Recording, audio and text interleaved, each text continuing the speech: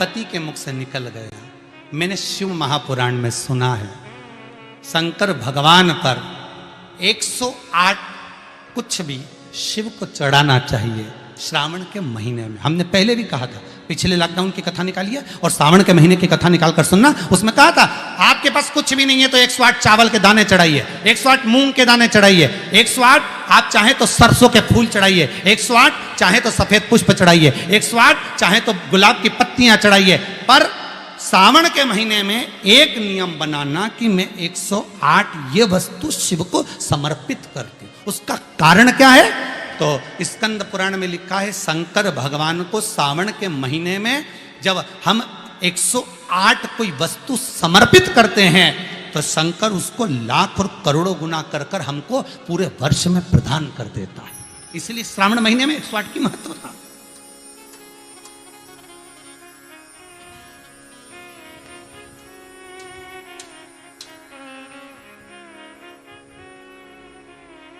बाबा से विनय निवेदन, उसके चरणों का स्मरण। भोला सब दुख काटो मारा, ओ भोला सब दुख काटो मारा, ओ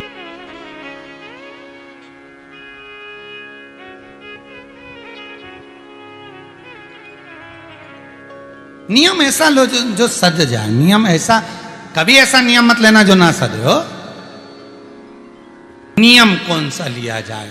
सावन के महीने में आप भी नियम लो, हमें मना नहीं, पर नियम वो लेना जो तुम साथ सको। कई कई माताएं अपने बच्चे को कसम दिला देती, मेरी सौगंध खा तू सुबह 6 बजे उठ जाएगा। अब कसम तो दिला दी ने, 6 बजे एक दिन तो उठ गया न, बाकी का दिन तो क्या मतलब ऐसा नियम दिलाने से? तो नियम होना चाहिए। तो क्या नियम लिया जाए? तो पत्नी बोली देखो अन्न का भाग मिले घर में ना मिले, एक काम करो तुम तो बेलपत्री का नियम ले लो कि अपन 108 बेलपत्र शंकर को चढ़ाएंगे, बस इतना। हाँ ठीक है। अब बहुत पैसे वाले हो गए ना तो तुम्हारे यहाँ कोई बेलपत्री तोड़ के भी दे जाएगा, थोड़ा धन मिल जाएगा, दे जाएगा। धीरे धीरे धीरे धीरे बेलपत्र का नियम लिया। एक वृक्ष से बेलपत्र लेकर आते और उस बेलपत्र को लाकर शिव जी को चढ़ा देते। निकलते निकलते कम से कम 25 दिन निकल गए, नियम पूरा चलता रहा। 26वां दिन आ गया, नियम पूरा चलता रहा। 27वां दिन आ गया, श्रावण के महीने का 27वां जब दिन आया तब माली ने बेलपत्र तो उतार ली। जो बेलपत्र के वृक्ष का माली था, वृक्ष का जो माली होता है, उसने चिल्ला दिया, बेलपत्र अब मत ले जाना, फ्री की मिल रही है तोड़ तोड़ के ले जा रहा हूं, अब मत ले जाना, बिल्कुल भी नहीं, कीमत दीजिए उसकी।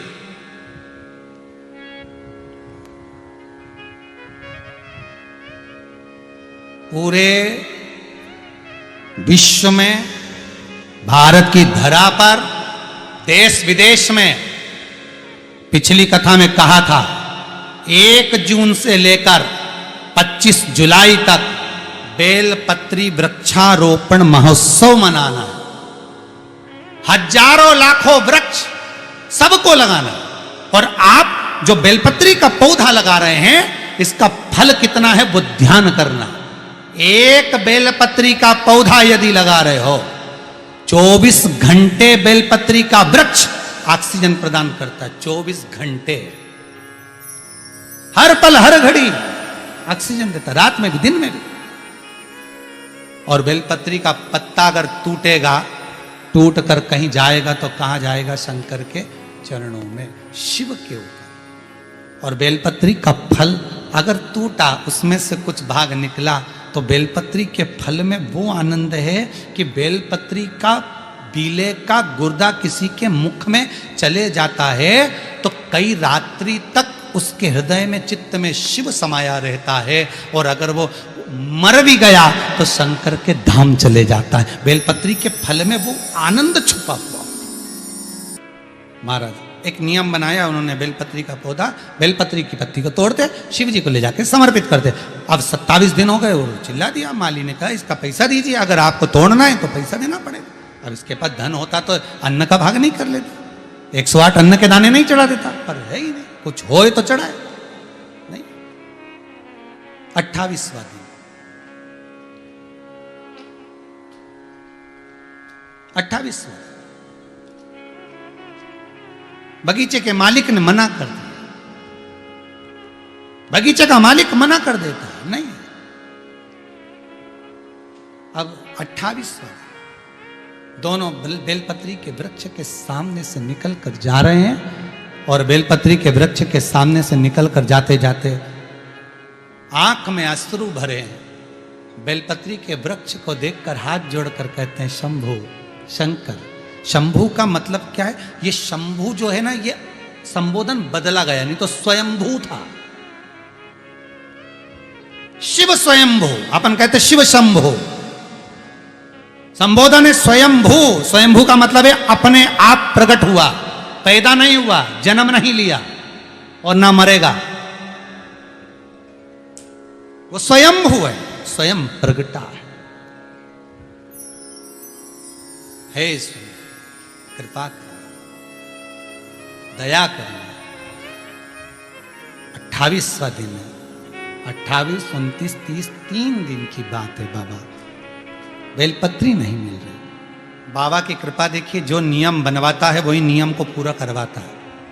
नियम को पूरा करने वाला कोई दूसरा नहीं होता। एकादशी का व्रत आपने उठाया, पर वो व्रत करवाएगा कौन? भगवान।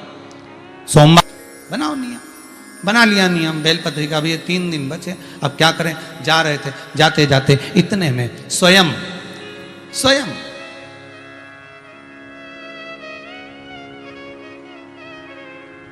एक छोटा सा बालक बेलपत्री की पत्तियों को अपनी झोली में भरकर लाया, और बालक कहता है मां, ओ मां, ले आओ ये बेलपत्री ले। आप रोज मंदिर जाती हो ना, मैंने आपको देखा था मंदिर जाते हुए, आप बेलपत्र चढ़ाती हो ना, मैंने आपको देखा था। मैंने मन में सोचा एक बार मैं भी बेलपत्र चढ़ाऊं, पर मेरी मां मुझे जाने नहीं देती ना, इसलिए मैं बेलपत्र आपको दे देता हूं। आप ये बेलपत्र शिव को समर्पित कर दो।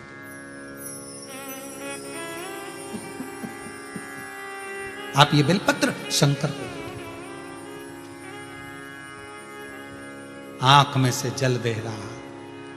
कहते हैं बेलपत्री को पानी में क्या धोया? अश्रु में धो दिया। जैसे सुदामा के चरण को भगवान कृष्ण अपने नयन अश्रु में धो देते हैं।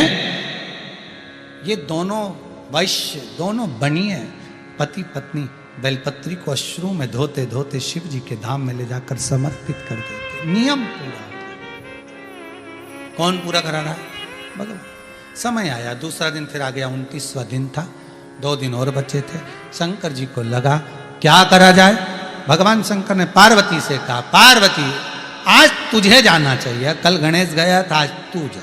ये अपने परिवार की जवाबदारी है। जब कोई अपना व्यक्ति अपने घर में आता है तो उसको निभाना अपना फर्ज है। आपके घर में कोई आएगा तो गद्दा कौन लगाएगा? आपको लगाना है। तकिया किसको देना है? आपको देना है। चादर किसको देना है? आपको देना है। कम्बल किसको देना है? आपको देना है। भोजन किसको कराना है? आपको कराना है। अगर कोई अपने मंदिर में आ रहा है और बेलपत्री का उसका नियम है तो नियम कराए तो उसको निभाना भी तुम्हें पड़ेगा।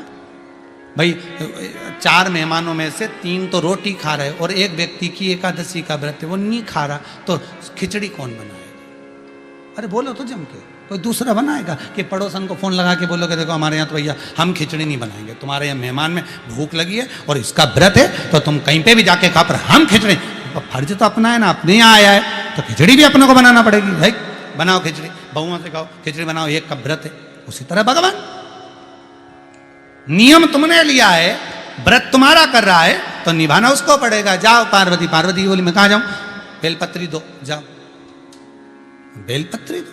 हाँ पार्वती जी बोली बेलपत्री मैं और वृक्ष से उतारूंगी तो मुझे वो आनंद की अनुभूति नहीं होगी। और ध्यान दीजिए इस कथा पर, हो सकता है आज कथा का प्रथम दिन और बाबा ने ये कथा आप सबके लिए निकाली है, तो उसको धारण करिएगा कि बेलपत्री की अगर मैं वृक्ष से उतारती हूं तो दुख मुझे होगा, ये पार्वती जी कहती है।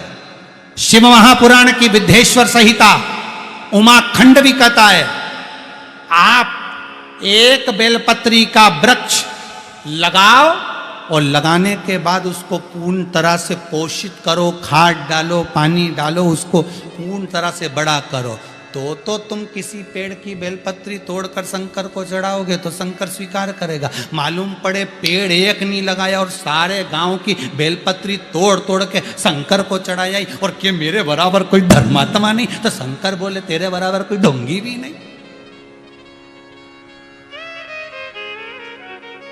शिव भी कहेगा तुम्हारे बराबर कौन है ढोंगी, कौन प्रपंची। एक बेलपत्री का पौधा नहीं लगाया, एक बेलपत्री का पेड़ नहीं लगाया, और सावन के महीने में सारे गांव की बेलपत्र तोड़ तोड़ के शंकर जी को चढ़ाया, और एक बेलपत्री को कभी पोषित नहीं करा, और उल्टा गया और मालूम पड़े बेलपत्री की इतनी बड़ी बड़ी डालियां सब तोड़ तोड़ के ले आया, सारी तोड़ ले आया, और उसमें पत्ती पत्ती निकाल के डालियों को बाहर पटक दिया। अरे दोष है, एक वृक्ष नहीं लगाया और सारी पत्तियां तोड़ तोड़ के हर महीने सावन का पूरा महीना चढ़ा चढ़ा के शंकर को प्रसन्न कर रहे। और एक दो तो कह कि हमने तो पैसे से खरीद ली, हमने 50 रुपए दिया ना मालिक, हमने कहा 108 गिन के लाना, वो तो 108 गिन के लाया ने 50 रुपए लिए, तो जिसने लिया वो भी दोषी। माली ने कौन सा पेड़ लगाया कहीं जाके बेलपत्री का, ये फूल का लगाएंगे तो बिकेगा, या पत्ती कौन सी बिके। शंकर जी के तो फ्री का आइटम चढ़े, बाकी के सब देवताओं के अच्छा जोरदार गिफ्ट का आइटम, इनके तो फ्री का आइटम। बेलपत्री देखो तो फ्री में मिल जाए, पानी देखो तो फ्री में मिल जाए, धतूरा देखो तो फ्री में मिल जाए। उन्हें कौन ले जाए, वो कांटा के धतूरे के घर में ले जाके रखे, सब फ्री में। आंकड़े का फूल देखो तो फ्री में, समी का पत्ता देखो तो फ्री में, कौन कांटे का पेड़ घर में ले जाए, तो सब फ्री का आइटम। और उनके साथ जो रहे वो भी फ्री, कहीं पे भी मिल जाए, बारिश चले तो वो तो फ्री। बस इनके जिसने देख लिया वो फ्री नहीं दे पाता। एक बार ग्राउंड में अगर देख लिया नहीं बब्बा फ्री, तो फिर तुम फ्री नहीं घूम सकते, उधर मत जाना। क्यों, शंकर जी का फ्री बाबा भाई वही, अगर वो दिख गया तो तुम फ्री नहीं हो पाओ। बड़ा शिव बड़ा अलमस्त है, शंकर बड़ा आनंदित है, बड़ा आनंद, बड़ा मस्त है शिव। ओ घड़ी है वो,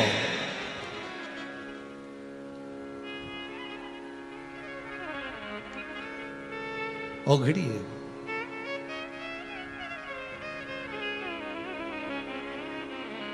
अब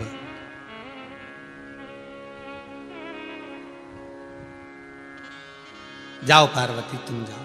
पार्वती जी बोली मैं तोड़ूंगी बेलपत्र, उतारूंगी, मुझे दोष लगेगा, श्रेष्ठता नहीं होगी मेरी, मैं कैसे जाऊं।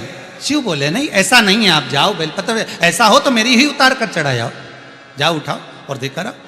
पार्वती जी ने जो कल बेलपत्र चढ़ाई थी वही पार्वती उठा के लिए धो के वापिस चढ़ दी।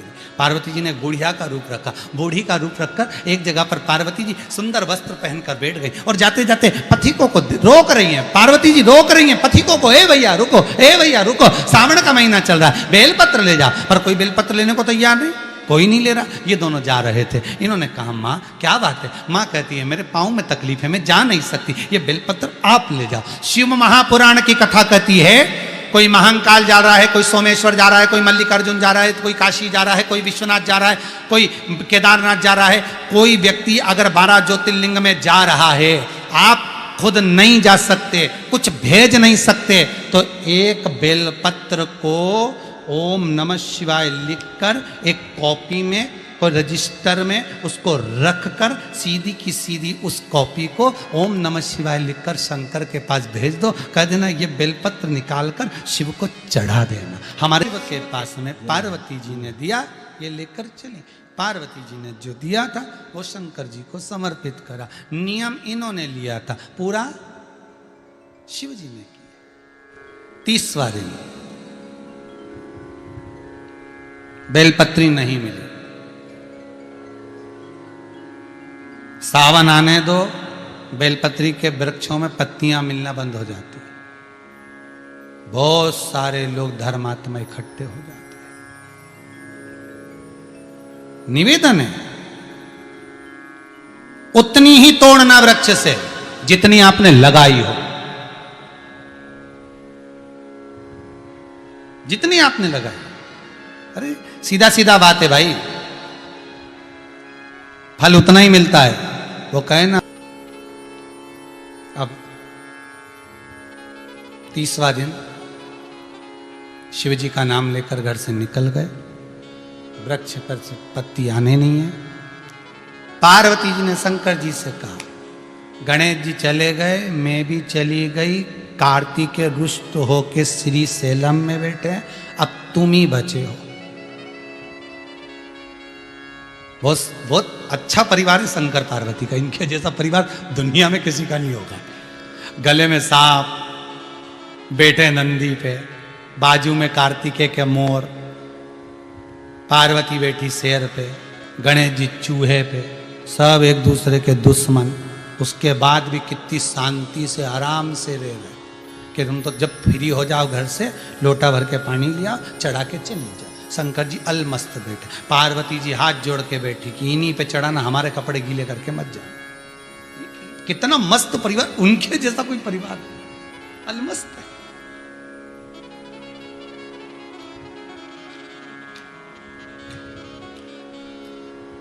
इतनी मस्त परिवार कौन का होगा भाई? कहा लक्ष्मी स्वयं पार्वती जी शंकर जी से बोली, देखो प्रभु, गणेश जी हो आए बेलपत्री दिया, पार्वती हो आई बेलपत्री दिया, कार्तिक रुष्ट होकर सेलम पर बैठे, बारी तुम्हारी है। शंकर भगवान बोले, अब हमारी बारी है तो हम ही जाएंगे, तुम चिंता मत करो। और अंत में जब पूर्ण तरह से परास्त हो गए, हार गए, वो वैश्य, वो बनिया और बनिया की पत्नी, वो सेठ और सेठानी जिसके पास कुछ भी नहीं है, वो अंत में जब हार गए, तब शंकर उस समय पर जैसे ही पहुंचे, एक बंदर का रूप लेकर, एक हनुमान का स्वरूप बनाकर, एक बानर का स्वरूप बनाकर, क्योंकि शिव हनुमान है और हनुमान ही शिव है। एक बंदर का रूप रखकर, एक हनुमान का स्वरूप धारण कर कर, जैसे आप पीछे दर्शन कर रहे होगे, हनुमान जी महाराज दूध की धार लगा रहे हैं इस शिवलिंग के ऊपर, वैसा ही एक बानर, एक छोटा सा बानर, एक हनुमान का स्वरूप धारण कर कर कूद पड़ा पेड़ से नीचे, कूद पड़ा एक वृक्ष से नीचे।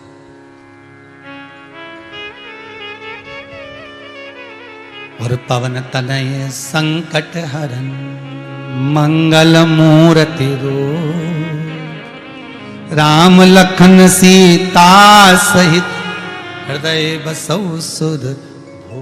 अब वो बालक स्वयं शिव बंदर का रूप रखकर, बानर का रूप रखकर कूद पड़े। और बानर के हाथ में क्या था? तो कहा बेलपत्री की एक डाली थी, और डाली ले जाके इनके सामने छोड़ दी। छोड़ी तो इन्होंने देखा कि बेलपत्र मिल गई। आज भी पूरा अनुष्ठान पूरा हो गया, नियम पूरा हो गया।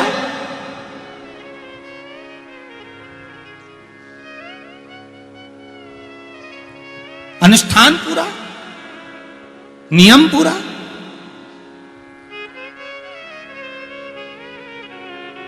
होना चाहिए। जो बानर ने फेंकी थी, लेकर गए, उसकी पत्तियां निकालकर शंकर को समर्पित किया, शिव को छोड़ा।